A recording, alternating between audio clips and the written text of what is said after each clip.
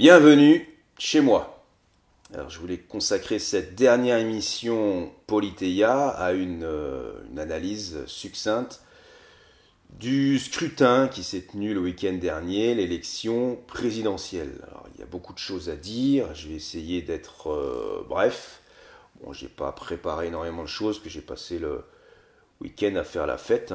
J'ai vraiment fêté le résultat comme il se doit. Alors je vais essayer de manière très succincte de dire les choses qu'on peut en tirer, les leçons qu'il y a à tirer de ce scrutin. Alors, dans un premier temps, je crois que ce qu'il est important de remarquer, c'est qu'on a eu enfin droit à l'éclatement de l'ancienne dichotomie gauche-droite, qui est un des piliers de notre régime politique. Cette digue a fini par céder, on n'a plus affaire, comme ça a toujours été le cas jusqu'à présent sous la Ve République, à un conflit entre la gauche et la droite. Donc là, de ce point de vue-là, cette élection était plutôt intéressante. Mais du coup, le clivage, l'ancien clivage, a laissé place à un autre. Bien entendu, ça c'est tout à fait normal. Le clivage qui va à présent s'installer durablement dans le paysage politique français est le suivant.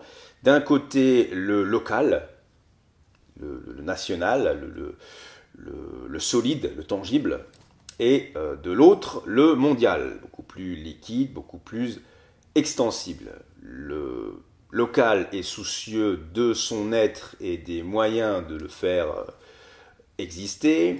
Le mondial est davantage soucieux de l'avoir et des moyens de l'étendre. Donc, du point de vue des finalités, le clivage auquel on a affaire maintenant, c'est le local, l'être, et le mondial, l'avoir. Les valeurs que ces deux pôles, sur lesquels reposent ces deux pôles, au niveau local, ça va être davantage des notions de souveraineté et des notions d'identité. Au niveau mondial, on va mettre, au niveau extensif, on va mettre davantage l'accent sur des valeurs telles que le confort de vie et l'exotisme. Ceci sans jugement de valeur, mais l'attention portée à l'autre, aux autres cultures, à l'accueil des cultures et à la mixité sociale. Donc il y a vraiment deux projets de société qui se font face et qui se sont retrouvés peu ou prou en finale de cette élection française. Alors les vainqueurs, comme d'habitude, comme toujours, les vainqueurs, ce sont les mondialistes.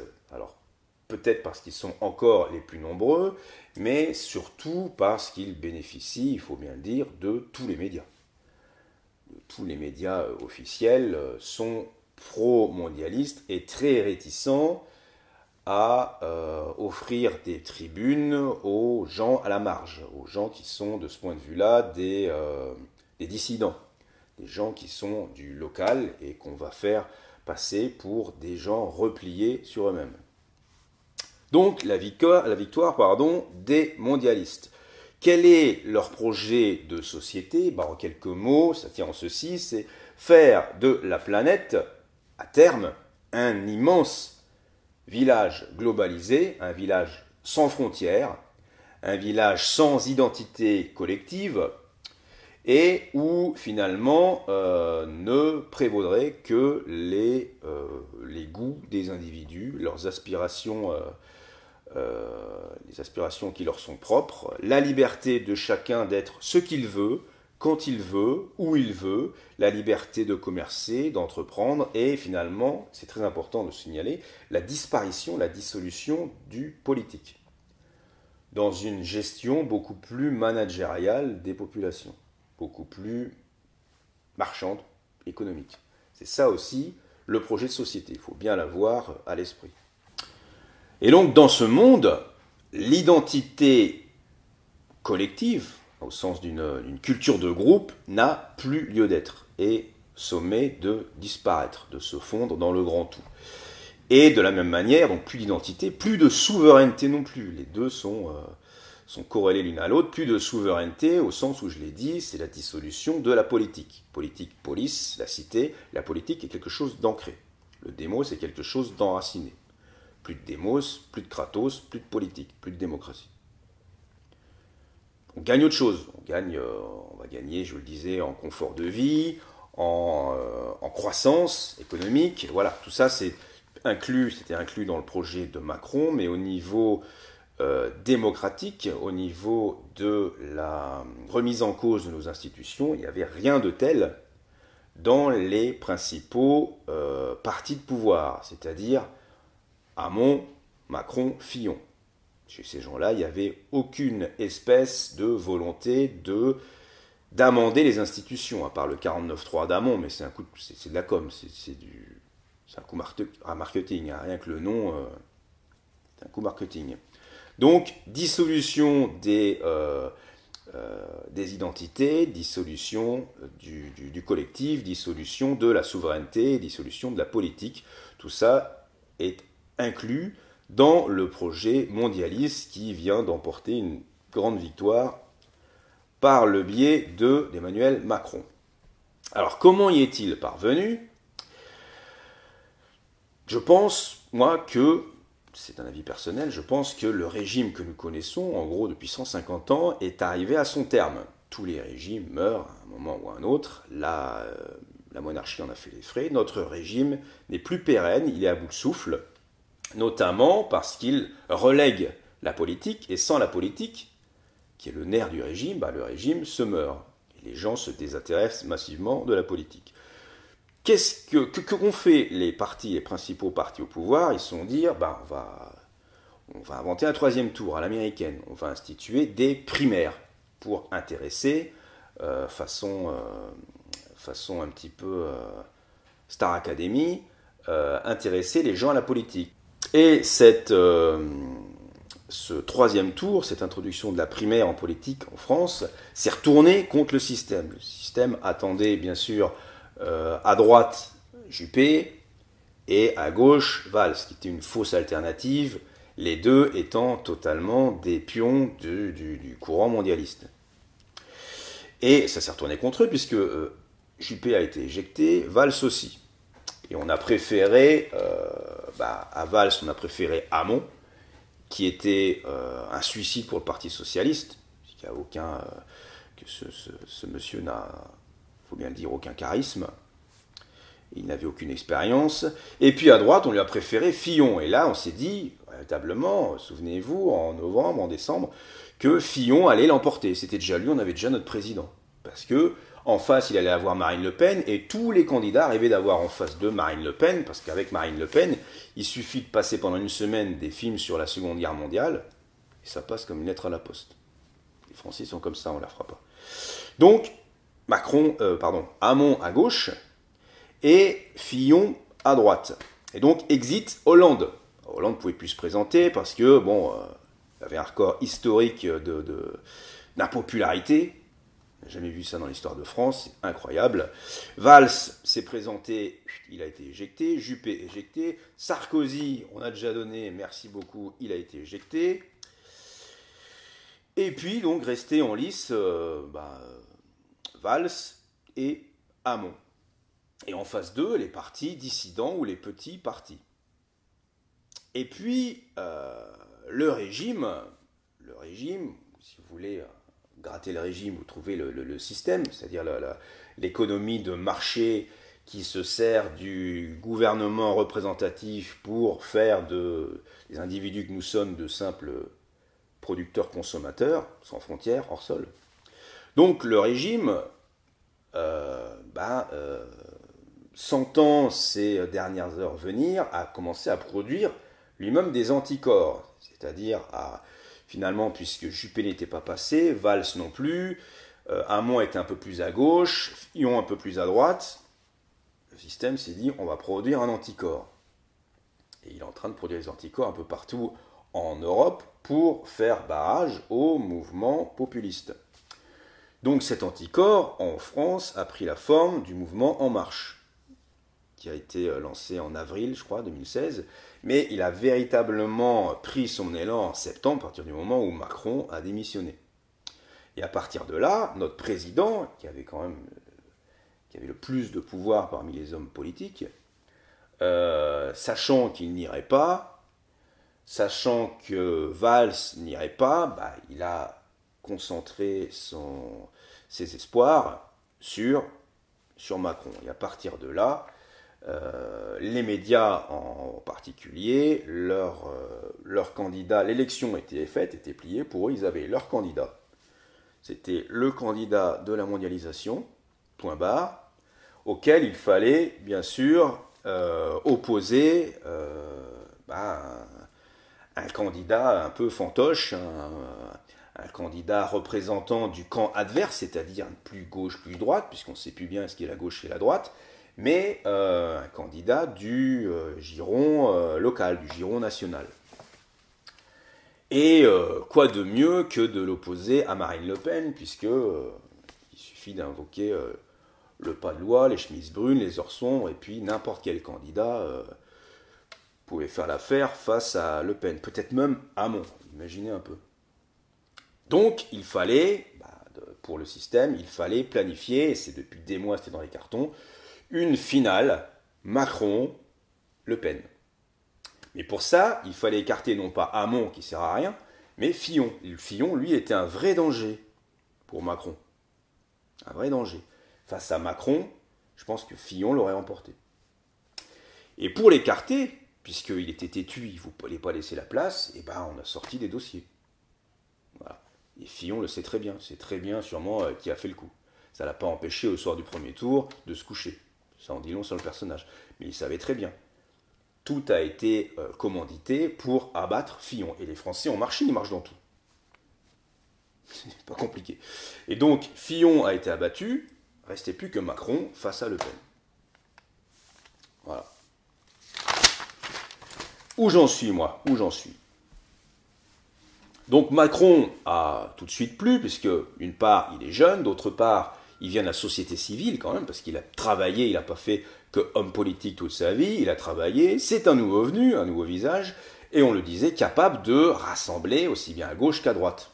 Ça, c'est l'espèce de populisme, pseudo-populisme centriste, c'est ce que je vous disais, un anticorps contre les vrais populistes de la marge. Il ne faut plus voir notre spectre politique de manière longitudinale, mais de manière,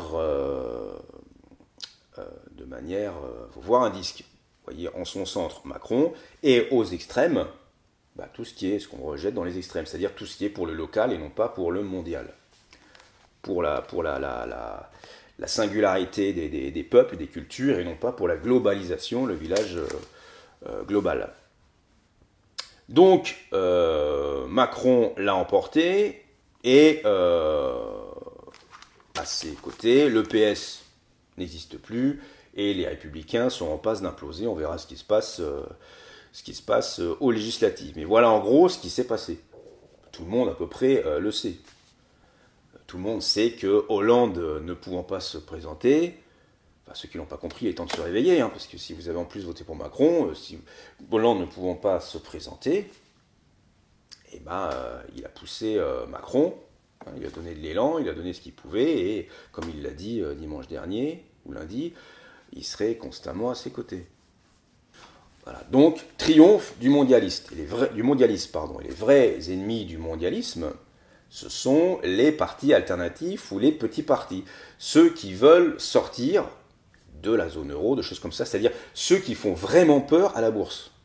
C'est pas compliqué, savoir quels sont les ennemis de la finance, c'est pas François Hollande il y a 5 ans. Les ennemis de la finance, c'est ceux qui font trembler la bourse, le CAC 40, tout ce que vous voulez, tous les indices de notation, voilà, tout ce qui fait trembler ce monde de la finance sont les vrais ennemis de la finance. Il faut savoir ce qu'on veut. Si on déclare la guerre à la finance, on ne vote pas pour Emmanuel Macron. Parce que même les gens qui s'entêtent dans leur idéologie, il faut quand même comprendre ça, c'est évident. Après, c'est un choix de société. Je disais au début, quel est le choix de société que l'on veut quand on donne notre voix aux mondialistes. Mais il faut l'assumer jusqu'au bout. Il a des avantages, il a aussi des inconvénients. C'est la mort à petit feu de la politique. Il ne faut pas oublier que le seul moyen de tendre vers un peu plus de démocratie qu'aujourd'hui, c'est de revoir nos institutions démocratiques. À aucun moment, ça n'a été mis sur la table, sur le devant de la scène. On nous a constamment parlé un petit peu d'insécurité, mais beaucoup de chômage, d'économie, sont des sujets très importants. Mais la réforme des institutions, qui est la condition sine qua non du reste, jamais. Vous noterez que les seuls partis à proposer des choses, c'est par exemple, ça va être Debout la France, ça va être la France Insoumise, c'était le Front National, c'était l'UPR, voilà, tous ces partis-là proposent des choses, parmi lesquelles la reconnaissance du vote blanc. Moi qui suis abstentionniste, il y a 5 ans, j'avais voté blanc. J'ai fini par comprendre qu'on se foutait de moi, je suis devenu abstentionniste. Mais sinon, j'aurais voté blanc. Le référendum d'initiative populaire, c'est quelque chose d'important. On pourra dire ce qu'on veut, populiste, ce qu'on veut, mais c'est un pas énorme vers ce que peut être une démocratie. Quoi d'autre? La proportionnelle. Ça fait 30 ans qu'on l'attend, la proportionnelle. Introduire de la proportionnelle, c'est la moindre des choses. Qu'on aime ou pas le Front National, qui se retrouve avec moins de députés que le Parti communiste, qui est inexistant. Je ne comprends pas que des Français puissent trouver ça normal. C'est pas possible. Ils sont preuve d'une mauvaise foi terrible. Et puis, qu'est-ce qu'il y a encore? Il y avait une bonne initiative de Mélenchon, c'était une constituante. Écrire une nouvelle constitution. Bon, ça, c'est très ambitieux, mais j'ai trouvé ça courageux de sa part. Bon, voilà. Toutes ces choses-là, ça ne pouvait pas venir du centre. Ça venait de ce qu'on appelle les extrêmes, appelons ça plutôt la marge. C'est-à-dire de tout ce qui est finalement anti-système, qui veut remettre en cause le régime politique qui est en train de s'effondrer et qui joue sa dernière carte avec Emmanuel Macron. Voilà. Et donc, face à tout ça, il y avait les petits candidats. Alors, les petits candidats, il y avait Nicolas Dupont-Aignan avec Debout la France. Alors, Nicolas Dupont-Aignan, très courageux, dans l'entre-deux tours. Ce qu'il a fait, c'est très courageux, c'est totalement suicidaire, mais franchement, c'est très courageux. Là, moi, personnellement, il m'a impressionné. Il y a Asselineau. Asselineau, lui, c'est un phénomène, parce que, Asselineau, faut savoir que les Français l'ont découvert au moment où il a eu ses 500 signatures. 95% des Français n'avaient jamais entendu parler de lui. Il faut quand même avoir ça à l'esprit. Et c'est terrible, parce que ce monsieur a des choses à dire, et les médias lui étaient totalement fermés. Donc, à partir de début mars, on a commencé à parler de lui. Avant, non. Difficile, après avec ça, de faire 15% au premier tour. Parce que tous ces sectataires, appelons-les comme ça, parce que il a des sacrés appuis, vraiment de sacrés militants, mais ils sont très sectaires, les mecs. Tous les militants d'Asselineau s'attendaient, enfin une bonne partie d'entre eux s'attendaient à une super surprise le soir du premier tour. Moi, je me suis dit, surprise, ouais, ça veut dire qu'il ne sera pas à 1%, il sera à 3%. C'était déjà énorme. Il faut savoir qu'il y a un truc dont on ne dit pas d'Asselineau, on peut le critiquer tout ce qu'on veut, mais c'est la première fois dans notre histoire dans l'histoire de la Ve République du moins, qu'on a un candidat qui n'est pas issu, qui n'est pas un produit des partis et qui n'est pas un produit des médias. Clairement, Asselineau, il a été porté par les quelques milliers d'adhérents qu'il a glanés sur Internet, qui ont fait un boulot de fou pour le faire connaître. C'est une petite révolution dans notre mais une petite révolution dans notre manière de faire la politique. C'est la première fois qu'on a eu véritablement un dissident, quelqu'un de hors parti, hors médias, surtout hors médias. Les médias lui ont pas fait de cadeau. Mais c'était intéressant. Bon, puis est-ce qu'on entendra encore parler d'Asselineau, je ne sais pas, mais c'était au moins un phénomène web, quoi. Et malheureusement, ces militants se sont montés la tête parce que, vous savez ce que c'est sur les réseaux sociaux, on finit par en accorder de l'intérêt qu'à ceux qui nous ressemblent, on finit dans un microcosme, c'est le danger de Facebook, on finit par croiser des gens qui pensent comme soi, qui commencent à soutenir Asselineau, à mettre des effigies Frexit, et finalement on s'imagine, on voit le monde, ou du moins la France, à notre image. Eh ben non, le réveil est dur, il a fait 0,8%, et c'était pas très mérité, mais enfin bon, c'est comme ça. Et puis, bon, il y avait Mélenchon, qui est une alternative intéressante, mais totalement sectaire, donc condamné à l'isolement. Et puis il n'est pas tout à fait libéré du fameux Front républicain. Il faudra que tôt ou tard, il s'en démarque. C'est peut-être trop tard. Et puis, le Front National. Alors là, le Front National, c'est autre chose, parce que moi, en tant qu'abstentionniste, j'ai eu affaire à des gens qui votaient Macron et qui me disaient « Tu t'abstiens, mais tu donnes ta voix au Front National ». Et puis à côté de ça, j'ai eu des gens qui votaient Front National et qui me disaient « Tu t'abstiens, mais tu donnes ta voix à Macron ». Ah les gars, accordez vos violons, à qui je donne ma voix finalement? J'ai l'impression que c'est plutôt un argument pour m'obliger à voter. Bref, de toute façon, je ne voulais pas voter, puisque j'espère de tout cœur, que ce régime politique va s'effondrer enfin dans les années à venir, que tout s'effondre. Qu'on ratisse tout, qu'on rase tout et on refait tout. Sur des bases saines, avec des nouveaux gens, avec des nouvelles idées. Voilà. Il faut que tout s'effondre. Donc il faut prier très fort, allumer des cierges, pour que tout s'effondre enfin. Tout, tout. Qu'ils s'en aillent tous, disait l'autre, qu'on le prenne au mot. Donc le Front National, par rapport à Macron qui a bénéficié des médias, par rapport à Asselineau qui a bénéficié de ses petits soutiens, ou à Mélenchon qui a fait une excellente campagne, le Front National a fait une très mauvaise campagne, qu'on le veuille ou non, zéro. Marine Le Pen s'est laissée vivre, elle s'est dit « je ne fais pas parler de moi, je vais monter dans les sondages », et c'est en général ce qui se passe avec des hommes politiques dans le quotidien, quand ils ferment leur gueule, ils montent dans les sondages. Puisque les autres racontent que des conneries, ils descendent, et puis à partir du moment où ils l'ouvrent, ils redescendent. Il faudrait la fermer définitivement, ce qui n'est pas facile en période électorale. Au bout d'un moment, il faut l'ouvrir pour montrer ce qu'on pense.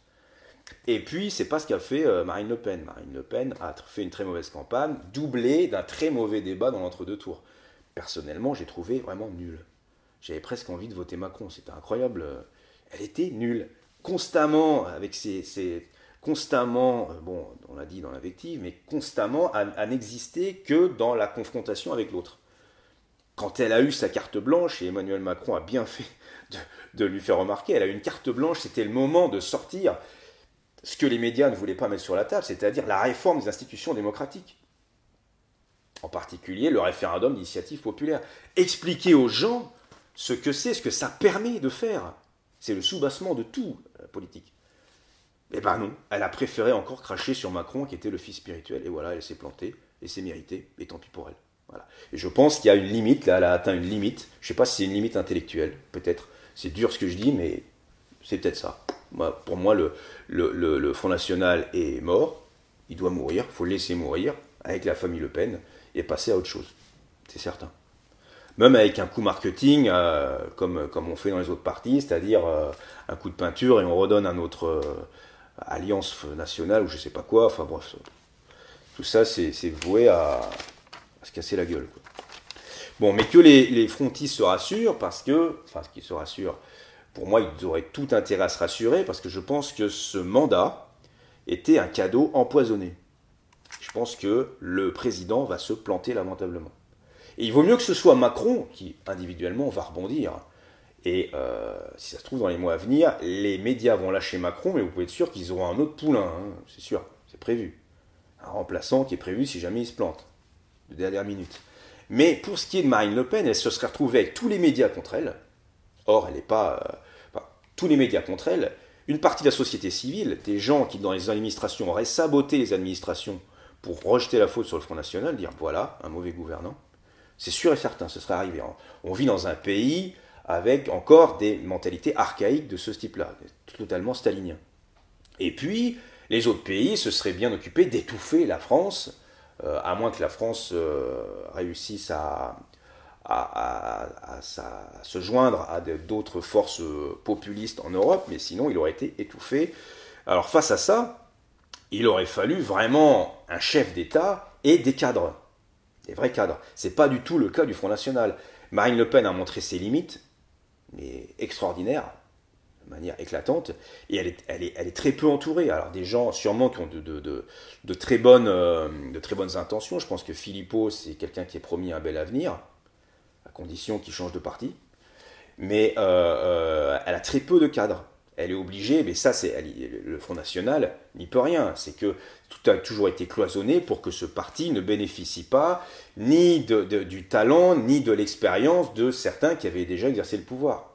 Il est cloisonné, il est obligé de faire avec et promouvoir des gens de la société civile, des gens comme vous et moi, dont c'est pas le métier, qui s'improvisent hommes politiques et qui de temps en temps vont déraper en sortant une connerie ou en levant un bras sur Facebook. Enfin bref, ça fait c'est un parti d'amateur total.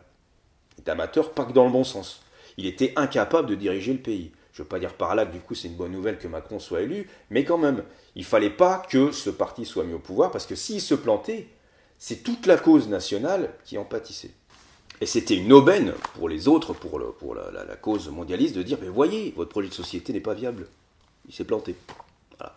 Donc je pense en définitive que c'est pas une si mauvaise chose que ça, à condition que tout s'effondre effectivement pour tout reconstruire. Et tout reconstruire, ça veut dire prévoir en aval que les gens se sortent un peu les doigts et commencent à réfléchir à ce qui pourrait advenir après, à la reconstitution d'une nouvelle constitution, d'un nouveau régime, etc. Il faut y penser en amont.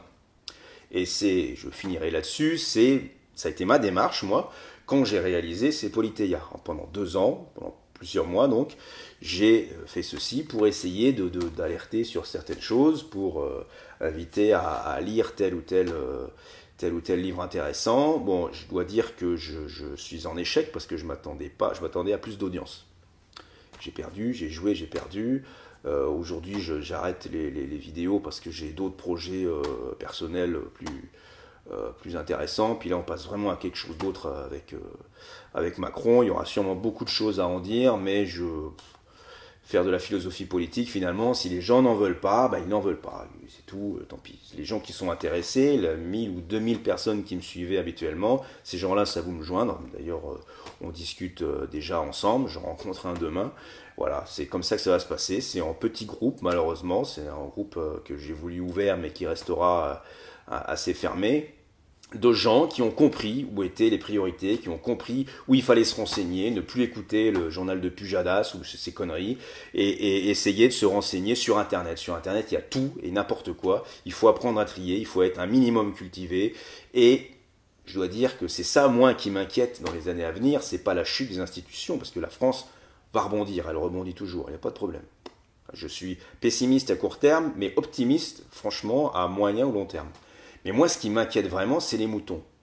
C'est le nombre de moutons qu'il y a dans ce pays. Des gens qui ont cessé de réfléchir. Qui répondent juste à des stimuli. On leur dit faites barrage, ils font barrage, c'est pitoyable. La personne qui vote Macron parce qu'elle est convaincue que le projet que porte Macron est le bon, voilà, j'ai rien à dire. C'est tout. Mais la personne qui n'est pas convaincue et qui vote Macron, non. Tout ça pour faire barrage à un autre projet de société et qu'on réduit à la Seconde Guerre mondiale. Non, mais c'est pitoyable. C'est pitoyable. Franchement, c'est pitoyable. C'est ça qui me fait peur, moi. Moi, je suis pas de nature tout à fait pessimiste, mais vis-à-vis de ça, je me dis, qu'est-ce qu'on va faire tous ces boulets? C'est pas des gens qui pensent mal. Quand Macron, il y a des gens qui pensent différemment. Ce sont des gens qui ne pensent pas. Qu'est-ce qu'on fait des gens qui pensent pas? Je sais pas. Là, il y a une vraie question à faire. Si on veut refonder une démocratie qui dit démocratie dit démos, un démos, c'est un peuple à l'œuvre, un peuple qui a la volonté de se tourner vers le bien commun et d'appréhender certaines choses difficiles. Bon, là, clairement, il y a une énorme partie de la population qui a démissionné, qui s'en remet à ses maîtres les plus médiatisés. Et ça, c'est une catastrophe. C'est une catastrophe. Et c'est pour ça aussi que j'arrête mes vidéos, parce que je commence à en avoir marre. Au bout d'un moment, on se dit, bon, il y a des gens il y a des gens qui ont compris, et de toute façon, je les retrouverai, et les autres, il n'y a plus rien à faire, quoi. Il n'y a plus rien à faire. Si vous êtes convaincu de toute façon que ce qui s'est passé le week-end dernier, c'est la défense de la démocratie, la défense de l'intelligence, la défense de la tolérance, toutes ces choses-là, on ne peut plus rien pour vous. Franchement, plus rien. Tant pis. Il faudra faire sans. Et clairement, maintenant, ce monsieur Macron, qui se veut le candidat de la réconciliation, il va devoir lutter avec 2 France. Parce qu'il a participé à l'animalisation de la 2e France. À dire, ces gens-là sont cloîtrés, ils veulent la guerre, machin. Moi, mon grand-père a connu la guerre. Enfin, n'importe quoi. N'importe quoi. Il a participé à cliver la France en 2. Et il va avoir ce qu'il a voulu. Les 2 France vont s'opposer dans les années à venir. Et l'autre France ne lui fera pas de cadeau. Ce sera mérité. Tout ça pour en venir à la chute des institutions que je souhaite de tout cœur. Voilà. Donc moi, pour ma part, j'en ai fini avec ces vidéos. J'espère, pour ceux qui m'écoutent, que vous aurez appris certaines choses. N'hésitez pas à revenir vers moi, on pourra discuter. Donc ceux qui veulent encore partager certaines choses seront toujours les bienvenus. On a beaucoup à apprendre les uns des autres. Ceux qui veulent vraiment apprendre des choses et ne pas rester englués dans l'idéologie mortifère typiquement française, ces gens-là seront les bienvenus. Et puis quant à moi, je vais me remettre à écrire des livres parce que je pense que c'est quelque chose de plus intelligent et de plus intéressant, de plus constructif pour soi. Et le jour où je referai des vidéos, c'est que je referai ça sous un autre format. Voilà. Je vous remercie beaucoup de votre écoute. Bon courage à vous parce qu'il va vous en falloir dans les années à venir, dans les mois à venir. C'est pareil pour moi. Ça va être très difficile. Sans vraiment être pessimiste, il ne faut pas croire que M. Macron va faire des miracles. Il n'est pas là pour ça. Merci à vous. Et puis, comme je le disais au début de l'émission, je dédie cette dernière émission à mon ami Pierre Battle, qui est décédé très jeune il y a quelques semaines. Et je lui dédie, il aurait été passionné et catastrophé de suivre cette élection.